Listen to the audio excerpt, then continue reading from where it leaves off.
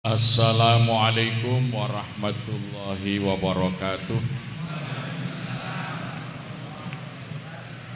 Bismillah, alhamdulillah, wassalatu wassalamu ala rasulillah wa ala alihi wa sahbihi wa mawalah, wa la hawla wa la quwwata illa billah.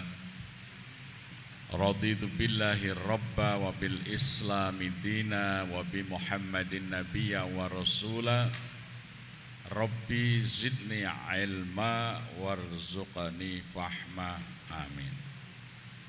Yang saya hormati pimpinan daerah Muhammadiyah beserta seluruh pimpinan ortumnya, Aisyah, Nasihatul Aisyah, Pemuda Muhammadiyah, IPM, dan seluruh hadirin wal hadirat peserta seminar yang dimuliakan Allah. Tadi qori'ah kita membacakan surah At-Taubah ayat ke-17 dan ayat ke-18. Allah menggambarkan paradigma tentang kemakmuran masjid. Ayat ke-17 tadi yang dibaca qori'ah, maka nalil musyrikina ayamuru masajidallah syahidina ala anfusihim bil kufr ulaika habitat a'maluhum wa finnarihum khalidun. Tidaklah pantas dan layak orang-orang musyrik itu memakmurkan masjid-masjid Allah, sedang mereka itu mengakui bahwa dirinya kafir. Maka sia-sialah amal perbuatan mereka itu, dan di akhirat kelak mereka di neraka selama-lamanya. Asbab nuzul ayat ini, ketika Rasulullah SAW berhijrah ke Yathrib, kemudian membangun 3 masjid yang sederhana, yaitu Masjid Quba, Masjid Nabawi, dan Masjid Bani Salamah yang di kemudian hari kita kenal sebagai Masjid Qiblatain. Dan orang-orang musyrikin Makkah berkomentar, kami lebih baik dari Muhammad di dalam memakmurkan masjid, karena Masjidil Haram telah kami bangun dengan baik, megah, dengan batuan andesit merah yang bagus, sehingga ketika senja hari diterpa matahari bangunan Masjidil Haram itu betapa cantiknya. Muhammad itu membangun masjid yang sangat sederhana. Maka Allah menurunkan maka nalil musyrikina ayamuru masajidallah. Ini mengenai paradigma, cara berpikir. Orang musyrik itu menganggap memakmurkan masjid itu mengurus bangunan masjid, ya. Jadi kalau masjid-masjid kita itu takmirnya baru ngurusi bangunan, otaknya otak musyrik, ya. Jadi kok ngurus masjid tuh yang diurus bangunannya, itu cara pikir atau paradigma kaum musyrikin. Maka nalil musyrikina ayamuru masajidallah. Kalau orang mukmin, ayat 18 paradigmanya jelas. Innama ya'muru masajidallah man amana billahi wal yaumil akhir wa aqamas shalah wa atazaka wa lam yakhsha illallah fa asa ulaika ayyakunu minal muhtadin. Menariknya ayat ini diawali dengan kalimat innama. Innama itu disebut jumlah khobariyah. Jumlah khobariyah itu menunjukkan sifatul lazimah, sifat yang lazim, ya. Innama ya'muru masajidallah man amana billahi wal yaumil akhir. Ini secara normatif bermakna Hanya orang-orang yang beriman kepada Allah dan hari akhir, mereka yang bisa memakmurkan masjid. Ya. Lawan kata dari kata makana lil musyrikina ya'muru masajidallah tadi. Karena memakmurkan masjid itu 3. 1, aqimis shalah, menegakkan sholat. Bukan mengerjakan sholat ya, menegakkan sholat. Yaitu sholatnya sesuai dengan sunnah Rasulullah SAW. Khairus sholati minal mar'i fi baitihi illa sholatul maktubah. Sebaik-baik sholat itu dikerjakan di rumah masing-masing, kecuali sholat yang telah diwajibkan. Jadi sholat sunat kecuali tahiyatul masjid ya, itu di rumah. Jadi qobliyah, ba'diyah ya, duha, lail itu sunnahnya dikerjakan di rumah. Tapi sholat maktubah, sholat wajib yang 5 waktu dikerjakan di masjid. Maka program daripada takmir masjid adalah memobilisasi rakyat untuk sholat berjamaah di masjid ketika datang waktu sholat wajib. Jadi tidak sekedar mengurus bangunan. Yang kedua, wa'atuz zakat. Bagaimana pengurus masjid mensejahterakan jamaah masjid sehingga mereka menjadi pembayar zakat. Gitu loh ya. Jadi bukan membentuk panitia penerima zakat, tugas takmir itu membuat sejahtera jamaahnya sehingga jamaah itu selain bisa 5 waktu ke masjid bisa membayar zakat. Maka kalau masjid tidak ada program pemberdayaan ekonomi, itu namanya musola ya. Itu satu paket, aqimis shalah wa atuz zakah, itu satu paket. Dan walam yakhsha illallah, tugas masjid itu membebaskan semua kekhawatiran kecuali hanya kepada Allah saja. Wadah masjid tidak khawatir lapar, pasti masjid akan memberikan bantuan kalau orang nggak bisa makan. Tidak mungkin ada anak putus sekolah atau kuliah, ada masjid, itu urusan masjid menyelesaikan persoalan itu. Tidak mungkin orang sakit tidak bisa berobat, masjid akan mengurus. Tidak mungkin orang rumahnya bocor nggak bisa tidur di rumah, masjid akan menyelesaikan. Semua kekhawatiran dalam hidup ini diselesaikan oleh masjid. Itulah cara memakmurkan masjid menurut Al-Quran surat At-Taubah 18. Kenapa jumlah Islam, umat Islam yang banyak ini belum signifikan peranannya dalam kehidupan publik?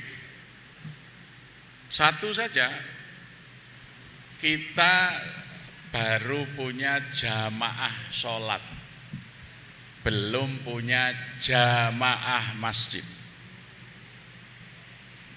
Di masjid kita itu baru ada jamaah sholat, belum ada jamaah masjid.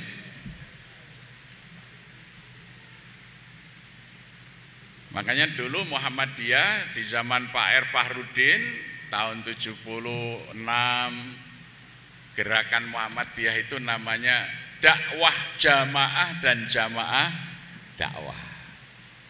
Artinya apa? Kita itu hidup berjamaah, tidak bisa menegakkan Islam, melaksanakan agama Allah tanpa jamaah. Wa'tasimu bihablillahi jami'an wala tafarraqu. Apa bedanya jamaah sholat dan jamaah masjid? Kalau jamaah sholat itu meskipun bareng-bareng sholat satu sama lain tidak kenal namanya, tidak tahu rumahnya, tidak tahu jumlah anggota keluarganya, tidak tahu kondisinya, tidak tahu dia memerlukan pertolongan apa, tidak tahu dia punya potensi apa, itu berarti masih jamaah sholat, belum jamaah masjid. Tahun 1999 ketika saya jadi ketua umum Takmir Masjid Jogokarian pertama, yang saya lakukan adalah pendataan jamaah. Ya, Kampung Jogokarian itu 4 RW, 18 RT, 907 kepala keluarga, 2.973 jiwa. Yang muslim 2.642 jiwa. Yang muslim yang sudah wajib mengerjakan sholat, sudah mukallaf itu 1.839. Muslim mukallaf yang belum mengerjakan sholat waktu itu masih 816. Ya, di Kampung Jogokarian ada 5 musola. Ya, 2 musola dikelola oleh Muhammadiyah dan Aisyah, yang 2 musola dikelola oleh NU. Tapi masjidnya 1, yaitu Masjid Jogokarian. Nah, setelah kita tahu, maka kita membuat prioritas program. Karena dari 2.642 muslim yang sudah wajib sholat 1.839, tapi masih 816 orang yang wajib sholat belum sholat. Maka program Masjid Jogokarian prioritasnya adalah gerakan mensolatkan orang hidup. Lah ya, bagaimana yang 816 muslim sudah wajib sholat belum sholat itu sholat? Maka kami bentuk tim ya untuk mensolatkan masyarakat itu, mengunjungi rumah-rumah, menawarkan bagaimana kalau berkenan mau belajar sholat dengan baik, masjid akan mengirim ustadz untuk membimbingnya di rumah masing-masing. Alhamdulillah tahun 2003 dari 816 menjadi 315, tahun 2009 tinggal 27. Nah ini, jadi kita sisir dari rumah ke rumah orang yang belum sholat supaya sholat. Kita ingin memutus mata rantai orang yang tidak sholat. Insya Allah kalau bapak ibunya sholat, nanti anaknya sholat, cucunya sholat, buyutnya sholat, canggahnya sholat, waringnya sholat gitu. Tapi kalau tetap saja kita biarkan, ya, itu terus keturunannya itu tidak akan sholat, karena tidak ada keteladanan. Ya. Ini nanti berkait dengan fungsi masjid. Ada 5 fungsi masjid itu yang harus dilakukan baru bisa disebut masjid itu. 1, masjid itu adalah Baitullah, rumahnya Allah. Makanya pengurus masjid itu bagaimana semaksimal mungkin menyediakan layanan bagi orang yang mau menghadap bertemu dengan Allah. Kapan saja. Ya, maka sebagai Baitullah itu masjid itu sesuai sunnahnya ya, tidak boleh dikunci, 24 jam buka. Sekarang ini Allah dipenjara di rumahnya, hanya jam-jam tertentu orang boleh besuk, kan kurang ajar sekali itu. Kalau namanya masjid loh ya. Nah, kalau hanya dibuka menjelang sholat namanya musola, bukan masjid. Kalau masjid itu Baitullah 24 jam, siapa saja mau bertemu Allah harus dilayani. Ini Allah mosok dikurung di rumahnya sendiri, hanya boleh dikunjungi pada waktu-waktu tertentu. Ini kan kebangetan pengurusnya itu. Ya, seperti orang tahanan itu loh ya. Nanti kalau mau berkunjung jam sekian, sampai jam sekian tutup lagi. Kurang ajar pengurusnya itu.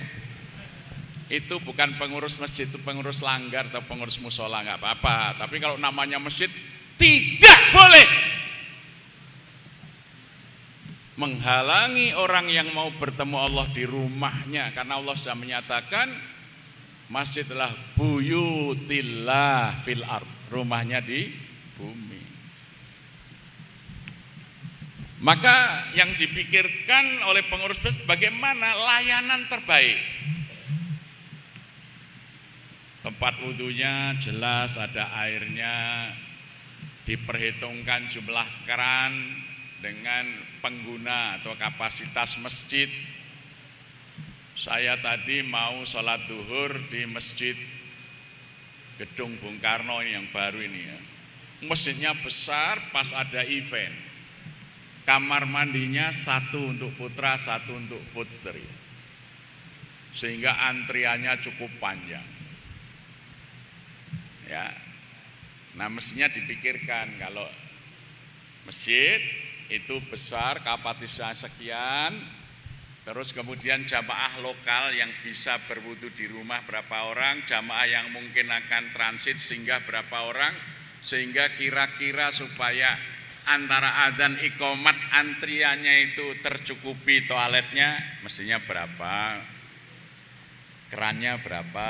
Nanti kalau hari Jumat ada Jumatan, karena pernah saya ditanya seorang jamaah, Pak Ustadz, boleh nggak sholat Jumat dengan tayamum saja? Loh kenapa? Lah ini masjidnya besar, kita antri kamar mandi dan antri wudhu belum dapat bagian, sudah hampir komat. Ya, kalau nunggu dapat giliran ke kamar mandi atau dapat giliran wudhu, sholat sudah selesai. Lebih baik tayamum terus ikut makmum atau nunggu dapat giliran wudhu dulu. Nah, itu artinya tidak pakai mikir yang membangun masjid itu. Ya, otaknya nggak jalan itu ya. Jadi gaya masjid besar segitu, sarana untuk bersucinya tidak memadai. Yang kedua, pastikan kamar mandi itu pintunya aman. Karena pernah saya masuk kamar mandi itu engselnya rusak, jadi kita itu pipis sambil megangin pintu, takut-takut ada orang yang tiba-tiba nyelonong masuk. Ada teman saya masuk kamar mandi satu masjid, teriak-teriak, tolong apa? Ternyata sudah terlanjur pipis, ciduknya nggak ada. Ya. Ada ustadz mau khutbah, datang lebih awal, waduh dia batal mau bersuci, kebetulan juga mau buang air kecil, masuk kamar mandi bingung itu, jubahnya mau ditaruh di mana ya? Karena nggak ada gantungan baju di kamar mandi masjid. Akhirnya ustadznya itu jongkok sambil kalungan jubah. Nah ini contoh sederhana sebagai baitullah saja banyak yang belum mengurus dengan baik. Baitullah itu juga malam hari tidak mati lampu, masjid itu terang benderang. Itu sunnah Rasulullah dan sampai hari ini ditegakkan sunnah itu. Silakan datanglah ke Madinah, datanglah ke Makkah, ya, datanglah di kota-kota muslim yang besar. Justru bangunan paling terang benderang di malam hari adalah masjid-masjidnya. Kita ke Madinah, bangunan paling terang benderang ya Masjid Nabawi di malam hari. Masjid Kuba, Masjid Bani Salamah atau Kiblatain. Ya. Kita datang ke Mekah dari Masjidil Haram, Tan'im, Ji'rona, masjid-masjid semuanya malam hari lampunya terang dan tidak dikunci. Datang ke Masjidil Aqsa juga 24 jam masjid itu buka lampunya menyala terang. Itu pun masih dijaga oleh tentara Israel. Kita masuk ke Hebron di Palestina 24 jam. Kalau dulu satu pintu, sekarang 3 pintu, dipisah pintu Muslim, pintu Yahudi, dan pintu Kristen. Ya. Kalau tahun 90-an tuh kalau kita ke sana masih satu pintu. Artinya apa? Masjid itu menjadi mercusuar kaum muslimin. Idealnya di desa itu ketika malam rumah-rumah sudah gelap lampunya, masjid lampunya terang. Membuat hati orang itu senang melihat, oh masjidnya masih terang. Kalau mau tahajud di rumah tempatnya kurang memungkinkan, suasananya kurang, ke masjid. Mau tadarus, mau menenangkan diri. Saya tidak tahu orang yang mematikan lampu masjid di malam hari itu sunahnya dari mana. Tapi saya tahu sunahnya masjid itu malam hari lampu terang benderang. Dan ternyata mengikuti sunnah itu barokah. Dulu ketika Masjid Jogokarian itu malam hari mati, nggak banyak orang singgah. Tahun 2003 itu infaknya hanya 43.201 tahun. Setelah masjid itu malam hari terang benderang, terbuka, kamar mandi kami perbanyak, sekarang ada 48 kamar mandi untuk layanan orang yang singgah. Kita sediakan air minum panas, ada yang dingin, ya. Sekarang infaknya 1 tahun 12 miliar. Itu barokah melayani jamaah itu. Ya. Makanya teori bahwa itu menghemat listrik dan biaya, teori tolol. Teori itu tidak benar. Justru dengan dinyalakan malam hari, dibuka, ya, infaknya banyak. Setan itu mendorong kita kikir. Nah, gitu. Jadi pengurus masjid itu banyak digoda setan untuk jadi kikir, cuma menyalakan lampu saja. Maka siarnya tidak berfungsi, uangnya nggak banyak. Karena kita memperturutkan hawa nafsu, tidak mau mengikuti sunnah Rasul. Kalau kita pokoknya Muhammadiyah ya semelu Kanjeng Nabi Muhammad, lampune durupke rasa mikir boros pora, otake wong musyrik dituruti. Karena dengan ittiba itu minimal 2 hal kita dapat. Qul in kuntum tuhibbunallah fattabi'uni yuhibbukumullah wa yaghfir lakum dzunubakum. Kalau kita ikut ittiba Nabi, dicintai Allah dan diampuni dosa-dosa kita. Jadi ngurusin masjid ya ittiba, jangan nuruti wong cetil. Wedi bayar rekening listrik. Goblok. Tidak boleh beragama mengikuti hawa nafsu, tidak boleh. Ikuti Rasulullah, ikuti Rasulullah, ikuti Rasulullah. Itu kata kuncinya ittiba. Nyatanya tidak bangkrut, tapi malah meningkat. Itu, ya. Ini Baitullah. Yang kedua, masjid itu fungsinya Baitul Mal, tempat menampung dan menyalurkan harta masyarakat. Orang yang berlebih silakan titip ke masjid itu disalurkan orang yang kurang.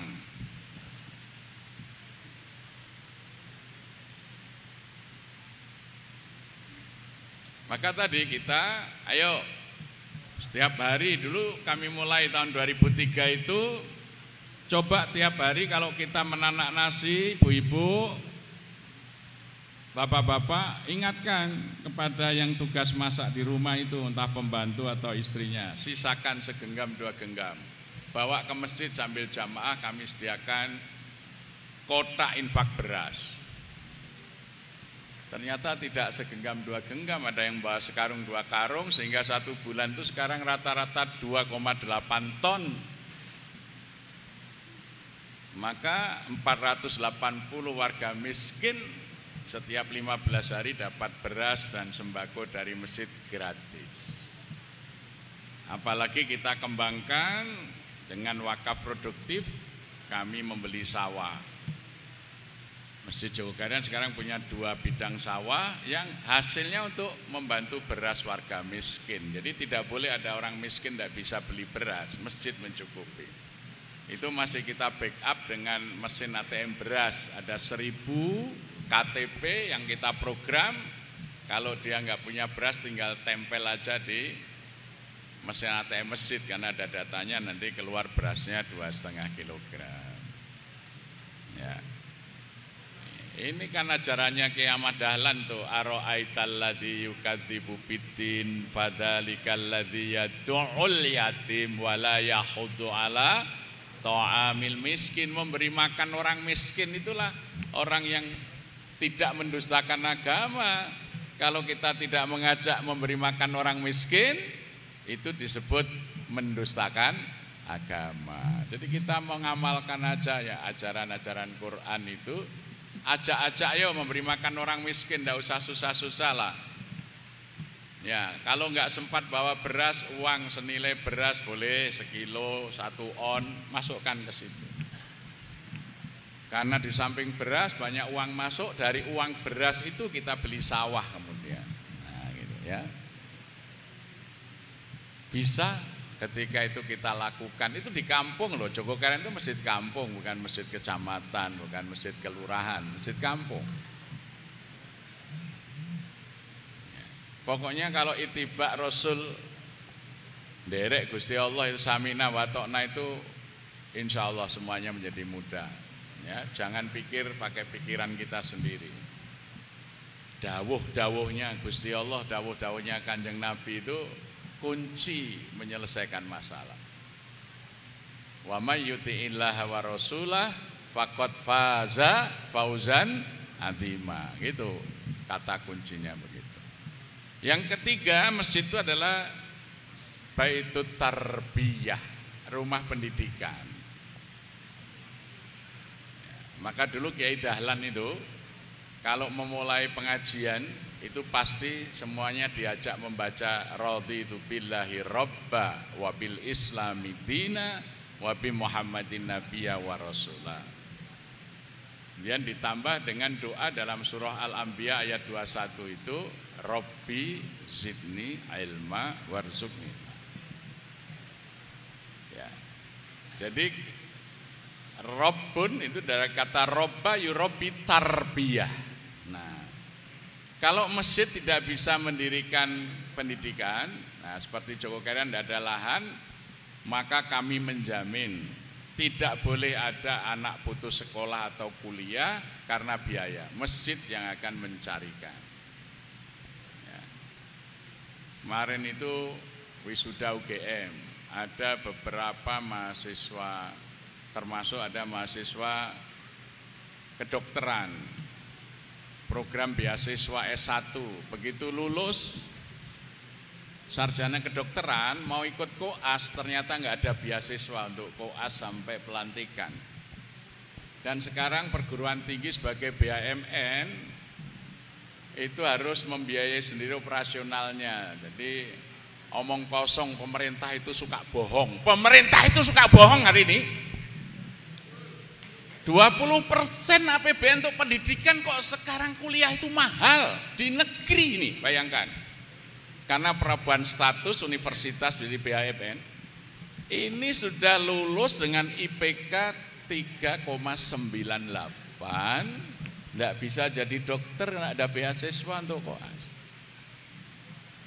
Harus bayar cash, diberi waktu hanya 2 minggu, 54 juta. Datang orang tuanya ke masjid nangis, gimana Pak ini, anak ini belajar sungguh-sungguh, IP-nya juga bagus, nggak jadi dokter, hanya jadi sarjana kedokteran, program S1-nya. Jadi ternyata di Indonesia itu hanya orang kaya yang boleh jadi dokter, ternyata programnya seperti sekarang ini. Apalagi dokter asing sekarang boleh masuk. Ya, jahat sekali otaknya pengambil kebijakan ini terhadap rakyat. Tidak boleh dipilih lagi ke depan. Otak-otak yang tidak mikir rakyat tidak boleh dipilih lagi. Yang tidak memikirkan rakyat kecil, singkirkan secepat-cepatnya kalau bisa.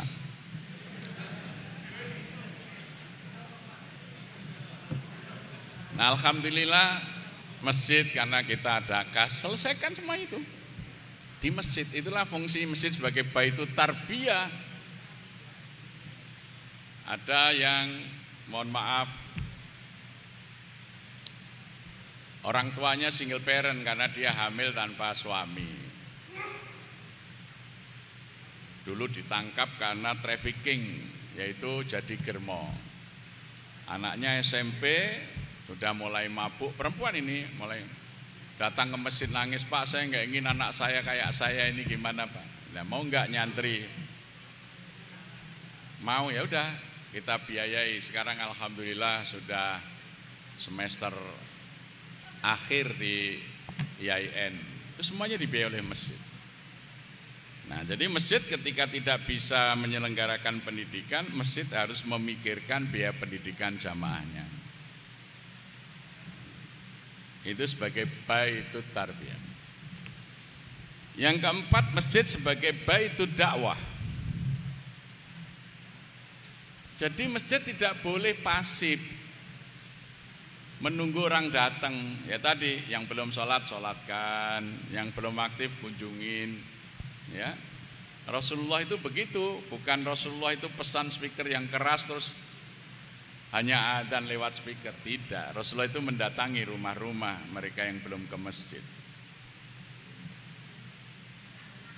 Yang kelima, fungsi masjid sebagai baitul muamalah. Jadi sekitar masjid itu dihidupkan untuk kegiatan ekonomi, muamalah masyarakat.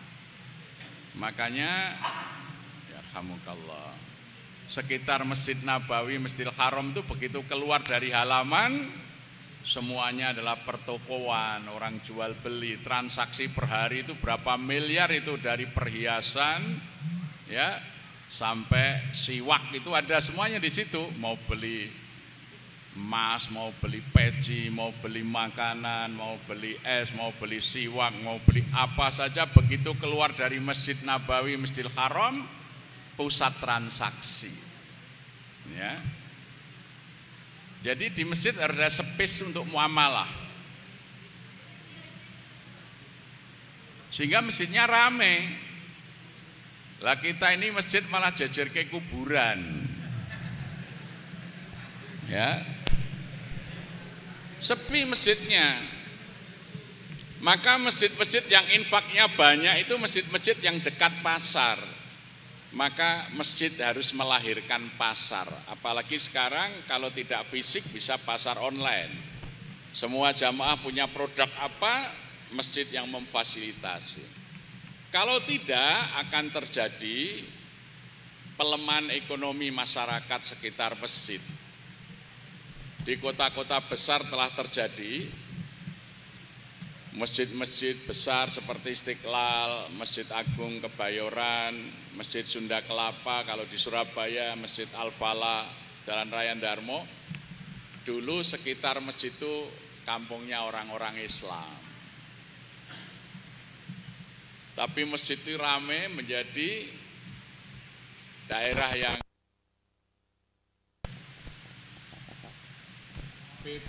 pajak bumi bangunan naik, nggak mampu bertahan, akhirnya sekitar masjid-masjid besar itu, mohon maaf, penghuninya warga non-muslim, non-pribumi.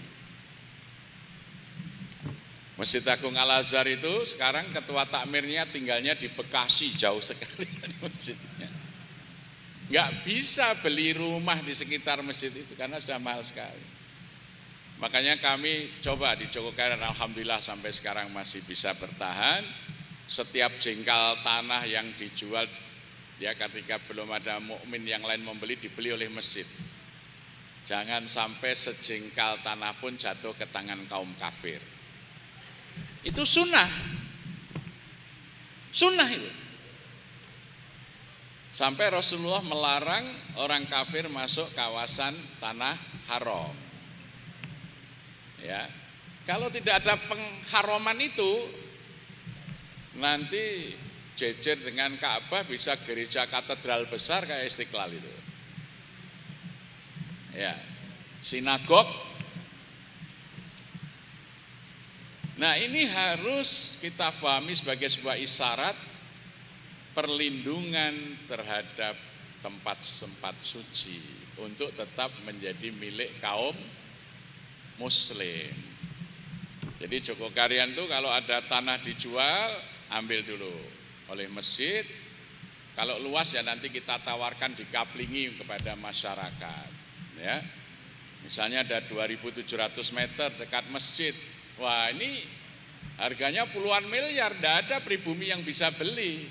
Maka masjid ambil dulu, kebetulan masjid punya dana, kemudian baru ditawarkan. Jamaah yang membeli 100 meter boleh, 200 meter boleh. Ternyata 2 minggu habis itu, selesai. Dan kita bertambah jamaahnya, kan gitu. Ya. Nah, ini banyak masjid yang tidak mikir daulat wilayahnya, itu tidak dipikirkan. Tahu-tahu nanti sekitar masjid sudah orang lain, maka ketika adzan diprotes, suaranya kayak gonggongan anjing. Itu pun numpang mulutnya Menteri Agama, kan gitu kan. Menyakitkan ini Indonesia ini kan. Itu hal-hal yang seharusnya difungsikan masjid tidak difungsikan. Kenapa? Tadi kata kunci yang pertama, kita belum punya jamaah masjid, baru punya jamaah sholat. Yang kedua, kita baru punya imam sholat, belum punya imam masjid. Maka tadi Pak Ketua PDM mengatakan Nabi itu kalau selesai sholat menghadap ke jamaah. Sekarang sunnah itu diikuti, ning ora mudeng ming dikira madhep tok. Nabi itu mengabsen siapa yang tidak hadir, kemudian dikunjungi, kenapa kamu tidak datang tadi subuh. Ya, ada masalah apa? Jadi imam masjid itu memikirkan, memelihara, merawat jamaah. Sekarang ini Ramadan jamaah aktif ke masjid, selesai Ramadan gak ke masjid, imamnya tidak pernah lagi menanya, kemana sekarang kamu gak ke masjid lagi nih. Itu tugas imam masjid itu. Tidak sekedar ngimami sholat, maka kalau hanya ngimami sholat namanya baru imam sholat, belum imam masjid. Itu pun tidak dipikir kesejahteraannya. Ya, kami menggaji imam sholat 3 orang, 2 imam pokok itu sebulan masing-masing kami gaji 6 juta, imam cadangannya 3 juta. Jadi untuk imam aja kita anggarkan 15 juta sebulan.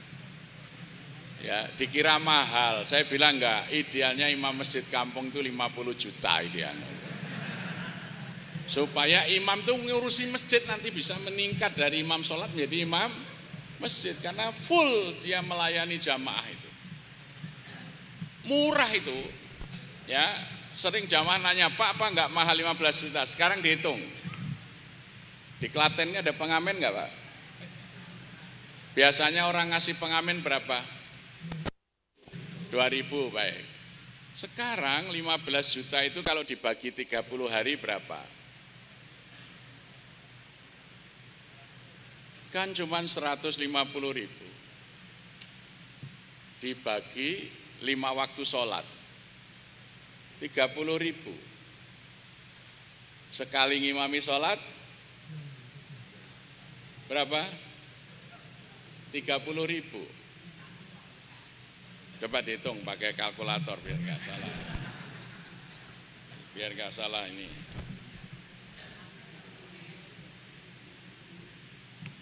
Jadi 15 juta dibagi 30 hari. 500.000 dibagi 5. waktu sholat 100.000, ya toh? Satu kali ngimami honornya hanya 100.000. Masjid Jogokarian kapasitas masjidnya 1.350. Tapi kalau Jumatan sampai ke halaman sampai ke itu 2.000 karena kita menyediakan nasi itu 2.000. Bagi 2.000.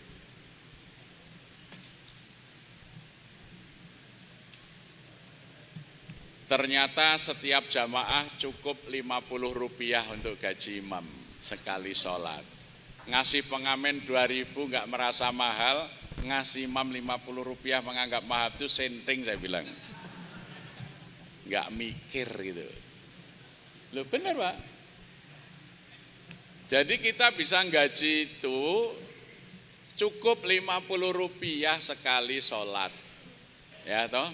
Untuk honor imam, bacaannya bagus.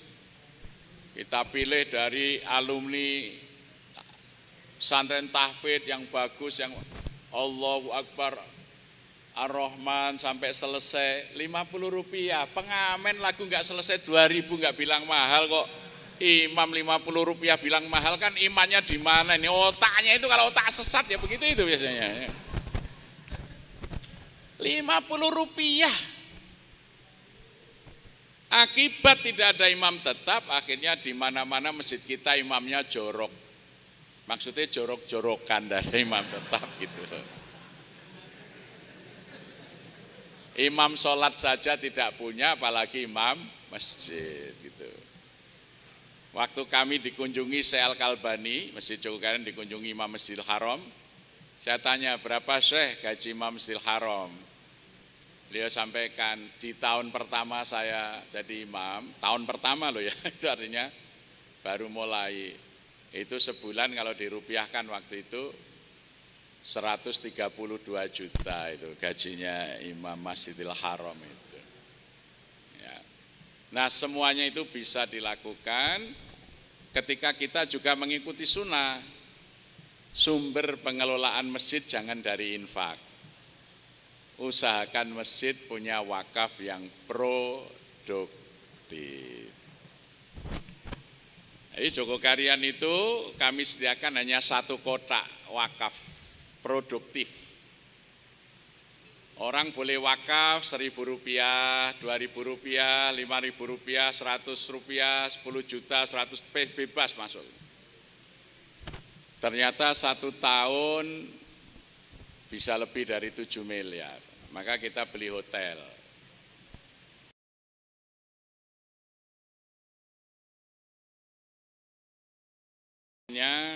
Belum selesai dihitung. Baru pecahan yang 100.000 sama 50.000-an belum selesai. Yang 20.000, 10.000 belum sempat dihitung, ini sudah lebih dari 7 miliar. Sehingga kita beli hotel lagi dan ini baru mau merenovasi supaya menjadi hotel bintang di daerah wisata Kaliurang.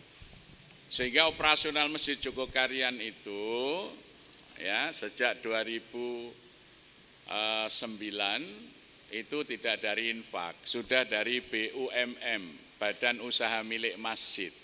Ya. Yaitu berupa hotel, jadi bayar listrik, gaji karyawan, termasuk imam, merbot, security, petugas sekretariat, bagian keuangan. Masjid kecil tingkat kampung itu kami punya 21 karyawan. Dan gajinya UMR plus beras, plus jaminan kesehatan, plus beasiswa untuk anaknya yang masih sekolah. Nah infaknya yang tahun ini sama tahun yang lalu sekitar 12 miliar, 100% untuk rakyat. Maka masjid menjadi sumber kesejahteraan rakyat. Biaya pendidikan, bantuan modal usaha, perbaikan rumah. Sekarang kami punya 106 UMKM binaan, kita sudah membangunkan ruko jamaah gratis, 400 juta itu yang bangun masjid. Kita memberi talangan pembelian rumah, jadi ada warga yang mau beli rumah uangnya kurang, bisa kita talangi. Alhamdulillah setelah sampai nalangi 500 jutaan kita sudah bisa. Ya. Jadi kata kuncinya satu, bentuk jamaah masjid, hadirkan imam masjid. Jangan urus bangunannya, uruslah, rawatlah jamaahnya, nanti akan tumbuh. Tapi kalau kita kelasnya masih seperti musyrikin Mekah, nek rapat ya mengurus bangunan, uangnya habis untuk urusan bangunan, maka ini baru calon masjid, belum masjid. Assalamualaikum warahmatullahi wabarakatuh.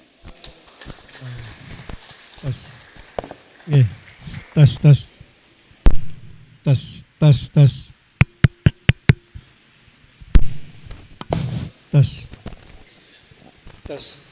Baik, jazakallah Ustaz Jazir atas inspirasi dan semangatnya. Sekali lagi aplaus buat Ustaz Jazir.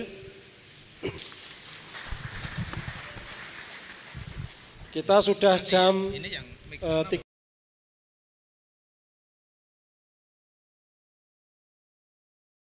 Hadirkan sosok seorang imam masjid yang menjadi pengasuh masjid, yang akan mengasuh jamaah. Masjid bukan beton dan besi, tetapi masjid adalah fungsi dan kontribusi. Dengan 5 pilar yang telah disampaikan oleh Ustaz Jazir. Baitullah, Baitul Tarbiyah, Baitul Mal, Baitul Dakwah, dan Baitul Muamalah. Artinya masjid punya badan usaha milik masjid yang bisa membayar, mensejahterakan pengelola masjid dan jamaahnya. Jadi itu kita berikan kesempatan buat Bapak Ibu yang hadir. Mungkin karena waktunya pendek ya, satu-satu dulu ya. Jadi satu dari sebelah sini, satu sebelah sini. Nanti mohon singkat saja, masing-masing maksimal 2 menit, biar nanti keburu adzan jawabannya beliau yang agak panjang. Begitu nggih, silahkan. Dari sebelah sini satu, sebelah sini satu. Satu dari Bapak. Yang sebelah sini. Ya. Oke, monggo. Dipersilahkan mic-nya, Pak.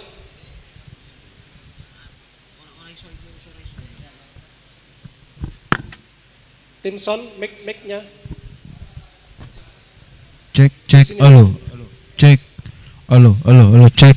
Halo. Cek. Halo. Cek. Assalamualaikum Halo, cek. wabarakatuh. Halo. Terima kasih atas waktunya. Dan kalau ini nanti kurang berkenan. Jason. Ngadep sini, ngadepnya ke Om.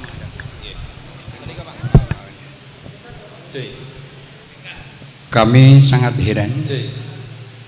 Ada seperti ini kok ora gemben-gemben ngene.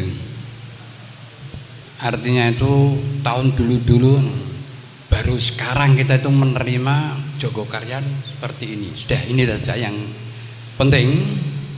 Kami mohon kepada pimpinan Muhammad Daerah yang akan datang, karena sebentar lagi musda, kalau bisa diterima membuat majelis kemasjidan seperti majelis-majelis yang ada seperti Dekdasmen dan majelis lainnya. Dan ini yang akan kami rasa kalau Muhammadiyah membuat suatu majelis kemasjidan, ini akan memfokus kepada masjid. Mohon maaf. Terima kasih. Wassalamualaikum warahmatullahi wabarakatuh. Cek. Halo. Cek.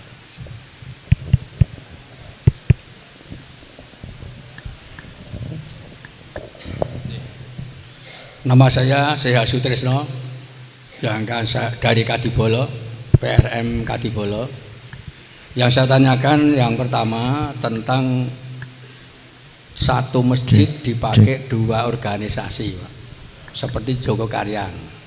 Bagaimana cara mempersatukan ketika kemarin itu sholatnya tidak bersamaan?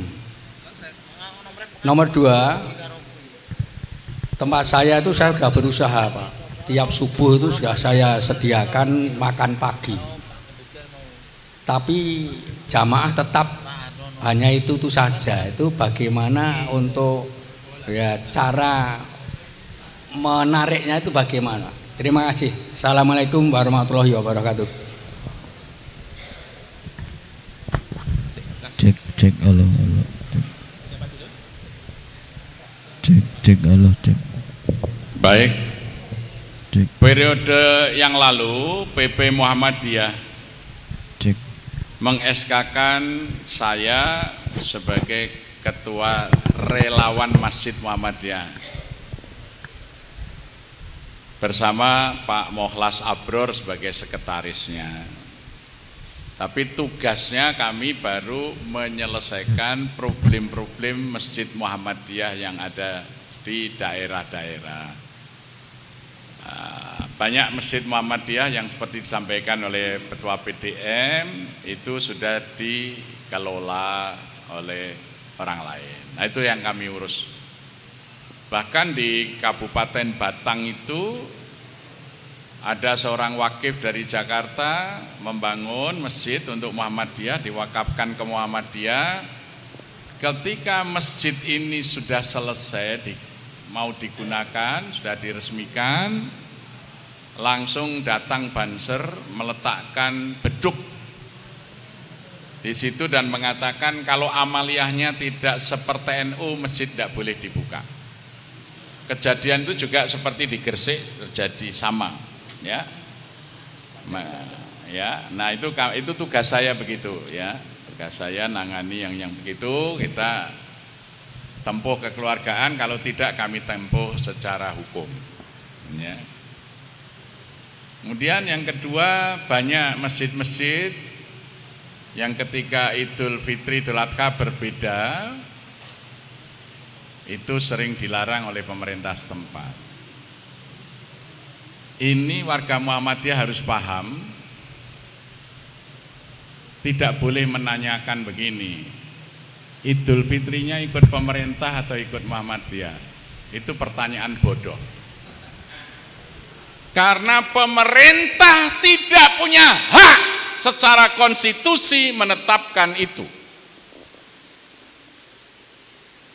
Tanggal 15 Mei tahun 1945 di Sanyo Kaikin, ini DPR-nya zaman Jepang, semua anggota Sanyo Kaikin itu merangkap sebagai anggota Doko Ricucumbejo Sakai di dalam membahas kedudukan agama dalam negara. Ini menjadi pedoman konstitusi kita, memaknai pasal 29 ayat 1 UUD 45. Bung Hatta menjelaskan begini, kita tidak hendak mendirikan sebuah negara nasional yang memisahkan antara agama dan negara, yang memisahkan antara negara dan agama. Karena boleh jadi hukum-hukum agama akan menjadi hukum negara melalui proses objektif di parlemen. Tetapi kita ingin memisahkan antara urusan agama dan urusan negara agar urusan agama tidak menjadi perkakas politik penguasa. Jadi hukum agama itu bisa jadi hukum negara. Contohnya munakahat menjadi Undang-Undang Nomor 1 tahun 1974 tentang perkawinan. Namanya tidak disebut sebagai syariat, tapi disebut Undang-Undang Nomor 1 tahun 74, itu syariat nikah. Prakteknya dalam pengadilan dengan hukum acaranya lengkap, dilengkapi dengan kompilasi hukum Islam. Undang-undang tentang waris, undang-undang tentang ekonomi syariah, perbankan syariah, sukuk syariah, undang-undang tentang zakat, undang-undang tentang wakaf, undang-undang tentang haji, itu sudah menjadi hukum negara. Tetapi tidak boleh pemerintah itu ngurusi urusan agama. Sholat subuh kunut atau tidak kunut itu bukan domainnya pemerintah. Sama Idul Fitri, Idul Adha atau awal Ramadan bukan domainnya pemerintah. Pemerintah itu hanya memfasilitasi ormas-ormas yang mempunyai kepercayaan menetapkan awal dan akhir Ramadan dengan ru'yatul hilal, diwadahi, difasilitasi mengadakan sidang isbat. Anggarannya 19 miliar itu satu hari. Ya. Kemudian pemerintah itu hanya mengumumkan hasil sidang isbat. Bagi yang tidak mengikuti sidang isbat karena sudah menetapkan berdasar hisab, itu haknya. Tapi ketika pengelola negara itu bodoh, tidak ngerti konstitusi, menjadi perkakas politik, seakan-akan kalau tidak sesuai itu tidak sesuai pemerintah. Warga Muhammadiyah melu bodoh, kowe melu Muhammadiyah apa melu pemerintah? Ndasmu kuwi. Tidak, bukan wewenang pemerintah. Pimpinan Muhammadiyah Kulon Progo itu adakan sholat id sudah rutin tiap tahun di halaman Mapolres Kulon Progo. 2 tahun yang lalu Kapolres baru dilarang, panitianya datang ke Jogokarian, rekam pendapat saya, sampaikan ke Kapolres, kalau tetap tidak diizinkan saya akan class action, akan saya gugat di pengadilan. Akhirnya boleh. Di Bantul kemarin, di halaman, di lapangan depan rumah dinas Bupati juga izinnya sulit. Sampaikan ke Bupati, ini pendapat saya, akan saya gugat kalau ada penghalangan. Akhirnya saya diminta khutbah di situ. Baru sekali itu saya khutbah Idul Fitri, tepuk tangan orang itu. Tepuk tangan karena saya jelaskan tentang ini, tentang orang goblok nggak ngerti peraturan tadi. Makanya jangan pilih orang bodoh ngurus negara, nggak boleh. Konstitusi rusak. Baru akhir-akhir ini saja, lawang zaman kerajaan Kasunanan Surakarta, Kasultanan Jogja, Muhammadiyah itu 1912 itu Indonesia belum merdeka. Muhammadiyah itu sudah sholat id di alun-alun. Berbeda dengan keraton yang itu padahal kekuasaannya monarki absolut. Raja saja memberi kelonggaran. Lha iki kok ngungkuli raja ndasmu kuwi lho, kowe iki kok kaya le kemaki kebangetan lho. Kaya Petruk dadi ratu. Ya. Enggak boleh. Ini hak konstitusional. Pasal 29 ayat 1 Undang Dasar 45 dinyatakan setiap warga negara berhak melaksanakan ibadah menurut agama dan kepercayaannya. Agama saya Islam, kepercayaan saya menetapkan Ramadan dan Id adalah hisab, itu hak. Jadi tidak boleh pemerintah membatasi dan menganggap yang berbeda tidak sesuai dengan pemerintah. Itu bukan haknya pemerintah.